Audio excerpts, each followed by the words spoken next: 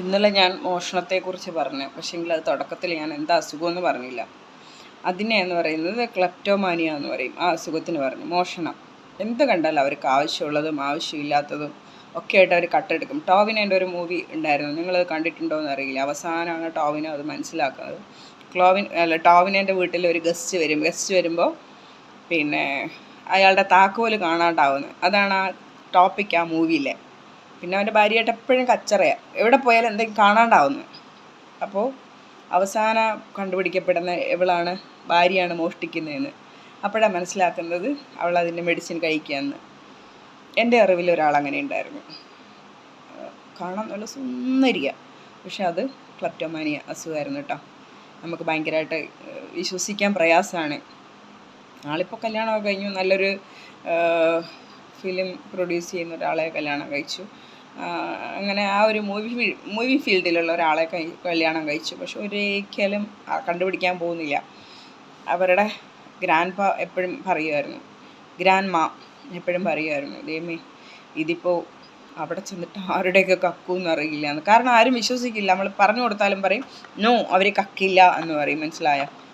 പിന്നെ കണ്ടുപിടിക്കാണ്ടിരിക്കട്ടെ, കക്കാണ്ടിരിക്കട്ടെ, ഇതിനൊക്കെ മെഡിസിൻ പ്രോപ്പറായിട്ട് എടുത്താൽ ഓക്കെ ആയിക്കോളും. അപ്പോൾ അതാണ് ക്ലെപ്റ്റോമാനിയ എന്ന് പറയുന്നത്. അപ്പോൾ ഇത് ചെറുപ്പത്തിൽ കുട്ടികളെങ്ങനെ എപ്പോഴും എല്ലാം കട്ടുകൊണ്ട് വരികയാണെങ്കിൽ നിങ്ങളത് പ്രോത്സാഹിപ്പിക്കരുത്. കുട്ടീനെ അത് ചെറുതിലെ ട്രീറ്റ്മെൻറ്റ് കൊടുക്കണം. പറഞ്ഞ് മനസ്സിലാക്കി കൊടുത്തിട്ടും കക്കുന്ന കുട്ടികളാണെങ്കിൽ പിന്നെ അത് നിങ്ങൾ എത്രയും പെട്ടെന്ന് ഒരു ഡോക്ടറെ കാണിക്കണം. കുട്ടിക്ക് മെഡിസിൻ കൊടുത്ത് അത് പ്രോപ്പറാക്കി എടുക്കും അവരെ. കാരണം അപ്പോൾ നിങ്ങൾ എന്ത് മരുന്നായിരിക്കും കൊടുക്കുന്നത്? അപ്പോൾ അത് സൈക്കാട്രി ഡോക്ടറാണ് മരുന്ന് കൊടുക്കുന്നത്. കൗൺസിലിംഗ് കൊടുക്കും, ഇതിന് പുറമെ കൗൺസിലിങ്ങും കൊടുക്കും. മനസ്സിലായോ?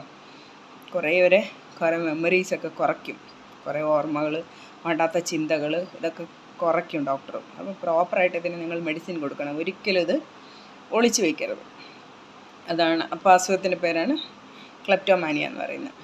ഇന്ന് ഞാൻ ഹാലൂസിനേഷൻ പറഞ്ഞുതരാം. എന്നെ തന്നെ എടുക്കാം. ഓക്കെ. ഞാനിപ്പോൾ എപ്പോഴും ഉറപ്പിച്ച് വെച്ചിരിക്കുന്നത് അമ്പാടി എൻ്റെ മോനായിട്ടാണ്. അല്ലേ? എല്ലാവർക്കും അറിയാം. ആരാന്ന് ചോദിച്ചാൽ ഞാൻ പറയും അമ്പാടി എൻ്റെ മോൻ. ഞാൻ ഇതിൽ യൂട്യൂബിൽ കൊടുത്തിരിക്കുന്നത് അമ്പാടി ആൻഡ് മീൻ, അമ്പാടി കണ്ണനും ഞാനും ഉള്ളത്. അവനെനിക്ക് ഭയങ്കര ഇഷ്ടമാണ്. അപ്പോൾ എൻ്റെ ഉള്ളിൽ കഴിഞ്ഞ ജന്മത്തിലോ ഏതോ ഒരു ജന്മത്തിൽ അവൻ എൻ്റെ മോനാണ്. എനിക്ക് അവൻ വരുമ്പോഴേക്ക് എനിക്ക് എൻ്റെ മോനായിട്ടാണ് എൻ്റെ ഉള്ളിൽ, എൻ്റെതാണ്. പക്ഷേങ്കിൽ ഞാൻ എൻ്റെതായിട്ട് തന്നെ അവനെ സങ്കല്പിച്ച് വെച്ചേക്കുന്നത്, എൻ്റെത് തന്നെയാണ്. ഞാൻ അതിൽ ഹാപ്പിയാണ്. അവൻ്റെ അമ്മ വേറെയാണ്, അവളെടുത്താണ് പോകുന്നത്. ഞാൻ കുഞ്ഞെ ഇപ്പോൾ എപ്പോഴെങ്കിലേ കാണുന്നുള്ളൂ. 3-4 കൊല്ലം എൻ്റെ കയ്യിൽ അവനെ കിട്ടിയിരുന്നു. എൻ്റെ അടുത്ത് തന്നെയായിരുന്നു അവൻ. അത്ര അവനെ എനിക്ക് കൈ കിട്ടിയിരുന്നു. അപ്പോൾ ഞാൻ ഇപ്പോൾ അവൻ്റെ അമ്മേൻ്റെ അടുത്താണ് എപ്പോഴെങ്കിലും എനിക്ക് കിട്ടുന്നതാണ്. കുഞ്ഞെ കാണാണ്ടിരിക്കുമ്പോൾ എനിക്കൊരു പ്രശ്നമില്ല. കുഞ്ഞെ കാണാണ്ടിരിക്കുമ്പോൾ ഞാൻ അതിൽ വിഷമിക്കുന്നില്ല. അയ്യോ എനിക്ക് കാണണമെന്ന് വെപ്രാളം പരവശം പിടിക്കുന്നില്ല. അവളുടെ അടുത്ത് ഞാൻ തട്ടിപ്പറിച്ച് വാങ്ങുന്നില്ല. എനിക്ക് വേണമെന്ന് പറഞ്ഞ് കച്ചറ ഉണ്ടാക്കുന്നില്ല. ഇല്ലല്ലോ, അങ്ങനത്തെ ഒന്നും ഞാൻ ചെയ്യുന്നില്ല. അപ്പോൾ ഞാൻ എൻ്റെ മനസ്സിനെ കൺട്രോൾ ചെയ്ത് വെച്ചിട്ടുണ്ട്. കാരണം കുഞ്ഞിൻ്റെ അമ്മ ഇപ്പോൾ അവളാണ്. അപ്പോൾ ഇങ്ങനത്തെ കുറേ കാര്യങ്ങളുണ്ട്. ചിലർ മരിച്ചവരെ കാണുന്നതായിട്ട് അവർ പറയും, ഞാൻ കണ്ടു. മരിച്ചവരോട് സംസാരിക്കുന്നവരുണ്ട്.